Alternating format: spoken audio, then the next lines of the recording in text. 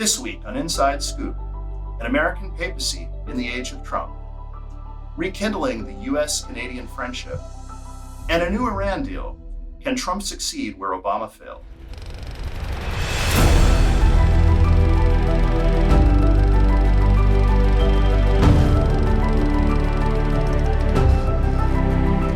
Welcome to Inside Scoop, where we talk about all the news that's fit to print in the Washington Examiner magazine. I'm Jim Antle, your host. And in this week's issue, Jeremy Lott wrote a piece looking at whether US-Canadian relations may end up being warmer than many people expect. I think I was probably the greatest thing that happened to him, but I can't take full credit. His party was losing by a lot, and he ended up winning, so I really want to congratulate him. It was probably one of the greatest comebacks in the history of politics, maybe even greater than mine. President Donald Trump has upended American politics, we all know that, but he has also had a pretty dramatic effect on Canadian politics. Just a little while ago, before I got involved and totally changed the election, which I don't care about. The Liberal Party of Canada was not expected to do very well in the recent elections, but since Trump became president, they steadily gained in the polls and ultimately won those elections. A big reason for that, Trump was constantly trolling the former Prime Minister of Canada, Justin Trudeau. I spoke to Governor Trudeau on numerous occasions, and we'll see what happens. And there was a lot of talk from President Trump about Canada becoming the 51st state, which Canadian voters did not like. I called him Governor Trudeau because they should be the 51st state. Why are we subsidizing you $200 and $250 billion a year? He said, I really don't know. And I said, well, I don't know either. I said, what would happen to Canada if we didn't? He said, Canada would be obliterated if that happened. I said, then Canada should be a 51st state. The new Canadian Prime Minister, Mark Carney, took a pretty hard line against the types of things that Trump was saying about his country while he was campaigning. The old relationship we had with the United States, based on deepening integration of our economies and tight security and military cooperations, is over. We will need to dramatically reduce our reliance on the United States. We will need to pivot our trade relationships elsewhere. And we will need to do things previously thought impossible at speeds we haven't seen in generations. However, Trump and Carney seemed to hit it off at the White House. A few days ago, he won a very big election in Canada. But I want to just congratulate you. That was a great election, actually. We were watching it with interest, and I think Canada chose a very talented person, a very good person.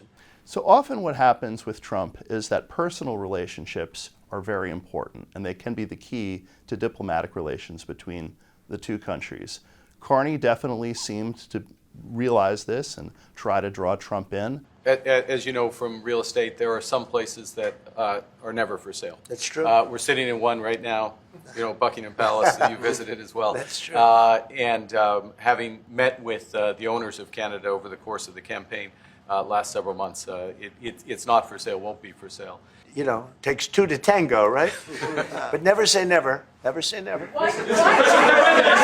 We've seen this happen with the new Prime Minister of the United Kingdom. We've seen this happen with President Macron in France. We've seen this happen with the last two presidents of Mexico, who were somewhat more left-leaning. Sometimes these more left-leaning presidents and prime ministers, because of personal relationships and because of managing Trump's personality, actually end up getting along with him better than some of the more conventionally conservative leaders, such as when Boris Johnson was Prime Minister in Great Britain. The Trump and Johnson did not have the greatest personal relationship, and there seems to be some strains now between President Trump and Israeli Prime Minister Benjamin Netanyahu.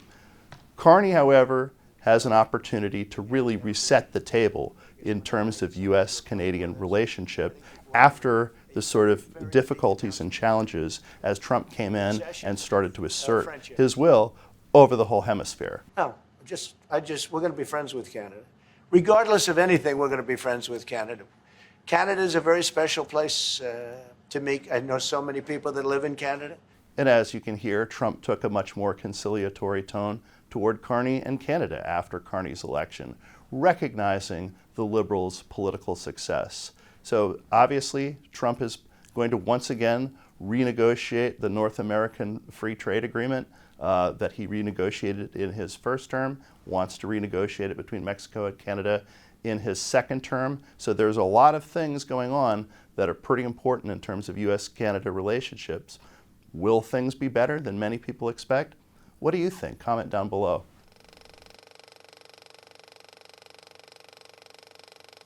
And on the cover of the magazine this week is an American papacy, and I'm joined today by the author of our cover story, our foreign affairs reporter, Timothy Nerozzi. And Tim, you were in Rome when the new pope was elected. What was that experience like? I was not only in Rome, I was in Vatican City, and I was not only in Vatican City, I was on the ground just outside of St. Peter's Basilica when the white smoke appeared, and it was maybe the loudest cacophony I've ever heard, just sort of a rolling applause. You don't know, there's no direction it's coming from, it's all around you. And it certainly became an interesting piece to write as the cell phone coverage went down from the amount of people. It was maybe the highlight of my career so far. I'm so happy and so thankful to have been able to even be there for it. So a lot of people didn't think we'd ever get to see this moment, having a pope who is born in the United States. Yeah, I would consider myself among those people, and I would say most sort of Vatican observers would have said that it's almost impossible for an American in the current day to be pope. There's a general bit of common wisdom that the papacy doesn't go to the superpower of the world. Now, obviously, the papacy doesn't belong to whatever country the pope came from, but there's a sense that, you know, if America is the superpower of the world and the pope is an American, you're sort of risking a balance of powers being uneven there. And this has gone back for quite some time. Pope Francis, being from the New World, was in and of itself sort of a seismic, once-in-a-lifetime event. But a United States pope, a pope from the Midwest, that is something that no one was prepared for. And so one of the themes of your piece is that people have reacted to the election of the new pope by saying that perhaps he's going to be a foil against President Donald Trump. I mean, we have this whole Trump making America great again. We're now making popes in the United States for the first time ever. Do you think it's on point to say that there will be this conflict coming up between Trump and the Pope? That was the first thing that many sort of media personalities and journalists tried to sort of extrapolate, read the tea leaves from this conclave. And it just doesn't seem to hold up under scrutiny. Really, the folly is trying to graph papal politics, Catholic politics. Even that is sort of like a vulgar term that doesn't really necessarily describe it. But trying to graph the decision-making of the Catholic Church onto a left to right spectrum, onto a Republican-Democrat spectrum, it doesn't hold up. There's a million different spectrums that go into what makes any given cardinal, a candidate. And the Americanness, the American citizenship, and the American background of Pope Leo is certainly significant, but I really don't think that he was being picked as some sort of gladiator to go against Trump. He seems far more conservative than Pope Francis on many different issues. And if they were going for sort of a resistance, we need a woke pope, we need a woke pope to stand up to the dictator in America, it would not have been Leo. It wouldn't have been Prevost. There are plenty of other candidates from the United States that would have been far more liberal than him.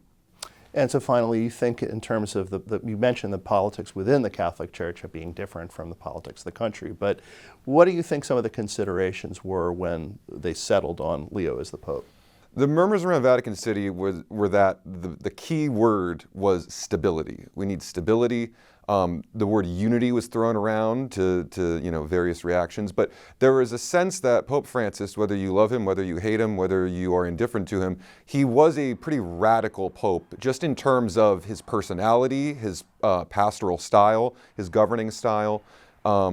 There was a sense that there needed to be sort of a period of decompression and a period of slowing things down just a little bit. Some cardinals might have wanted to keep going in the same direction, maybe wanted to elect a Francis too, but even there was a sense of we need to let things sort of settle and we need to let the Catholic Church catch up to the reforms that happened under Pope Francis before we go in one direction or the other.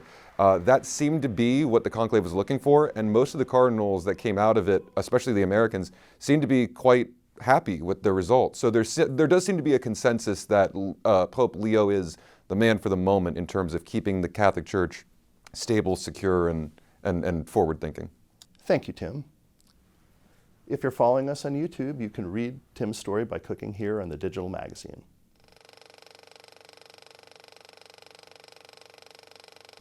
When then President Barack Obama and 6 global powers negotiated an Iran nuclear deal, even the supporters of the agreement conceded that it was flawed.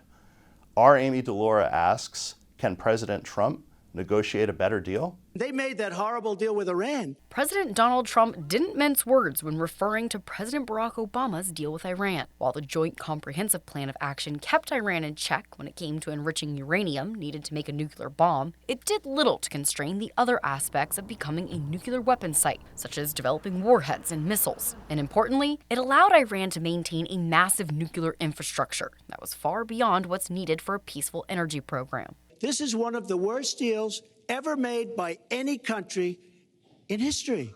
The deal with Iran will lead to nuclear problems. When Trump returned to office in January, he was given intelligence showing that during the intervening 4 years, Iran had been racing at breakneck speed to develop a crude nuclear weapon while enriching uranium at 60%, a level that's close to the 90% needed to make a bomb. The Biden administration created havoc and bedlam by basically being incompetent, but by empowering Iran and its proxies, sending them billions and billions of dollars, senselessly. I couldn't believe it to watch. So now, even though the United States accused Iran of hiring contract killers to assassinate Trump last year, he's anxious to make a new deal, one that would cement his reputation as more than just a deal maker. My greatest hope is to be a peacemaker and to be a unifier. I don't like war. All over the past few months, Trump has made various threats if Iran doesn't make a deal. In fact, I put sanctions on last night. Any oil that anybody takes from Iran is not allowed to do business in the United States of America. More recently, he's toned down the rhetoric. And I just hope Iran realizes what a good friend they have right here.